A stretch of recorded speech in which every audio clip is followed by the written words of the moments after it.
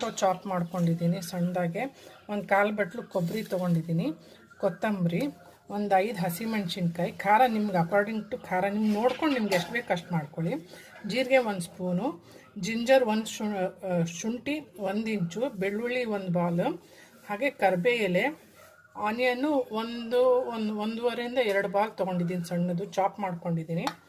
ಒಗ್ಗರಣೆಗೆ ಸ್ವಲ್ಪ ಸಾಸಿವೆ ತೊಗೊಂಡಿದ್ದೀನಿ, ಆಯಿಲು ಇಟ್ಟು ಕಡಲೆ ಹಿಟ್ಟಿಗೆ ಮೊಸರು ಆ್ಯಡ್ ಮಾಡಿದ್ದೀನಿ.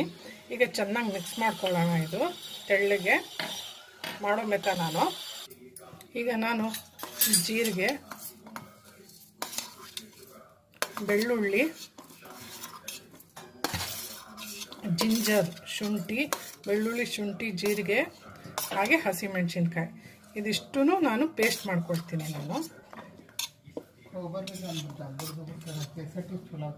ಹಾಗೆ ಕೊಬ್ಬರಿ ಕೂಡ ಪೇಸ್ಟ್ ಮಾಡ್ಕೊಳ್ಳೋದೆ. ಇದು ಉತ್ತರಿ ಅಕ್ಕಿ ರೊಟ್ಟಿ ಮಾಡಿದ ಮೆಥಡಲ್ಲೇ ನೀವು ಮಾಡಿ ನೋಡಿ, ತುಂಬ ಅಂದರೆ ಇಟ್ಟು ಸ್ವಲ್ಪ ಜೀರಿಗೆ, ಮೊಸರು 100 ಹಾಕಿ. ಈಗ 2 ಟೇಬಲ್ ಸ್ಪೂನ್ ಆಯಿಲ್ ಹಾಕಿದ್ದೀನಿ, ಸಾಸಿವೆ ಹಾಕ್ತಿದ್ದೀನಿ, ಸಾಸಿವೆ, ಕರಿಬೇವು, ಚಾಪ್ ಆನಿಯನ್ನು, ಈರುಳ್ಳಿ 2 ತಗೊಂಡಿದ್ದೀನಿ. ಫ್ರೈ ಮಾಡ್ಕೊಳ್ಳೋ ಅವಶ್ಯಕತೆ ಇಲ್ಲ. ಒಂದು 2-3 ಗಟ್ಟಿ ಬಿಸ್ಕೆಟ್ ಥರ ಮಾಡ್ತಾಯಿಲ್ಲ, ತೆಳು ಮಾಡ್ತಾಯಿದ್ದೀನಿ. ಮೀಡಿಯಮ್ ಮಾಡ್ತೀನಲ್ಲ,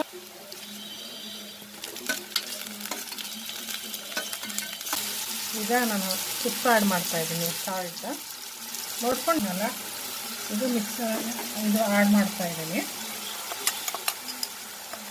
ಸ್ವಲ್ಪ ಆಯಿಲ್ ಕೂಡ ಸಪ್ರೇಟ್ ಆಗಬೇಕು, ತುಂಬಾ ಟೇಸ್ಟಿಯಾಗುತ್ತೆ. ಕೊಂಡಿದೆ ಈಗ ಚೆನ್ನಾಗಿ ಹಸಿ ವಾಸನೆ ಎಲ್ಲ ಹೋಗಿ ಫ್ರೈ ಆಗಿದೆ.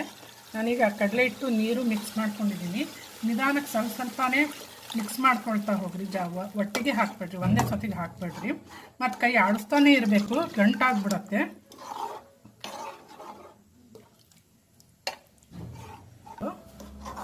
ನೋಡ್ಕೊಳ್ರಿ, ಇದು ಅಲ್ಲ, ಹಾಗಾಗಿ ಜೊತೆಗೆ ಇದು 2 ನಿಮಿಷಕ್ಕೂ ಕೈ ಆಡಿಸ್ತೀರಿ, ಗಂಟಾಗ್ಬಿಡತ್ತೆ. ಸ್ಟವ್ ಆಫ್ ಮಾಡಿದೆ, ಜುಣ್ಕ ರೆಡಿ ಆಗಿದೆ ನೋಡಿ. ಇಷ್ಟೇ, ಇದು ಸಿಂಪಲ್ ತುಂಬ ಅನ್ಸುತ್ತೆ. ಕೊತ್ತಂಬರಿ ಆ್ಯಡ್ ಮಾಡ್ತಾ ಇದ್ದೀನಿ.